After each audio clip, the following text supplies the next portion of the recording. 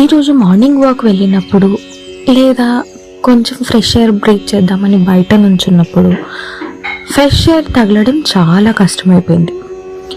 మీకు మాత్రమే కాదు, ఇండియాలో చాలా సిటీస్లో same situation. Let's see air pollution ఎందుకు పెరుగుతుంది, మరి ఏ సిటీస్లో ఎక్కువ డేంజర్ ఉంది. ఎయిర్ పొల్యూషన్ అంటే మనం బ్రీత్ చేస్తున్న ఎయిర్లో హార్మ్ఫుల్ గ్యాసెస్ అండ్ పార్టికల్స్ ఎక్కువ అయ్యే సిచ్యువేషన్. మెయిన్ రీజన్ ఏంటంటే వెహికల్లో స్మోక్స్, అంటే మన కార్, బస్సెస్, బైక్స్ నుండి వచ్చే ఎమిషన్ అయ్యే కెమికల్తో కూడిన స్మోక్. మళ్ళీ next factor factories and industries. Chemicals and waste gases మన నార్మల్ టెంపరేచర్లోకి రిలీజ్ అవ్వడం.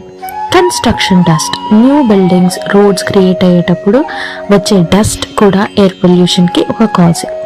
క్రాప్ బర్నింగ్, అది మనకి తెలుసు, చాలా పెద్ద ఇష్యూ అయ్యింది. క్రాప్ బర్నింగ్ పంజాబ్, హర్యానాలో స్టెబుల్ బర్నింగ్ చేస్తున్నప్పుడు స్మోక్ స్ప్రెడ్ అవుతుంది. అది కూడా క్రాప్ బర్నింగ్ వల్ల కూడా ఎయిర్ పొల్యూషన్కి causes. Household waste and firewood smoke. చిన్న టౌన్స్లో కూడా మన కట్టెలపై వల్ల లేదా మనం కాల్చే కట్టెల వల్ల వచ్చే పొగ ఎయిర్ పొల్యూషన్కి దారితీస్తుంది. ఇవన్నీ కలిపి మంచి ఎయిర్ని పాయిజన్ లాంటి ఎయిర్గా మార్చేస్తున్నాయి. According to latest reports, 13 countries out of world 20 populated cities ఇండియాలోనే ఉన్నాయి.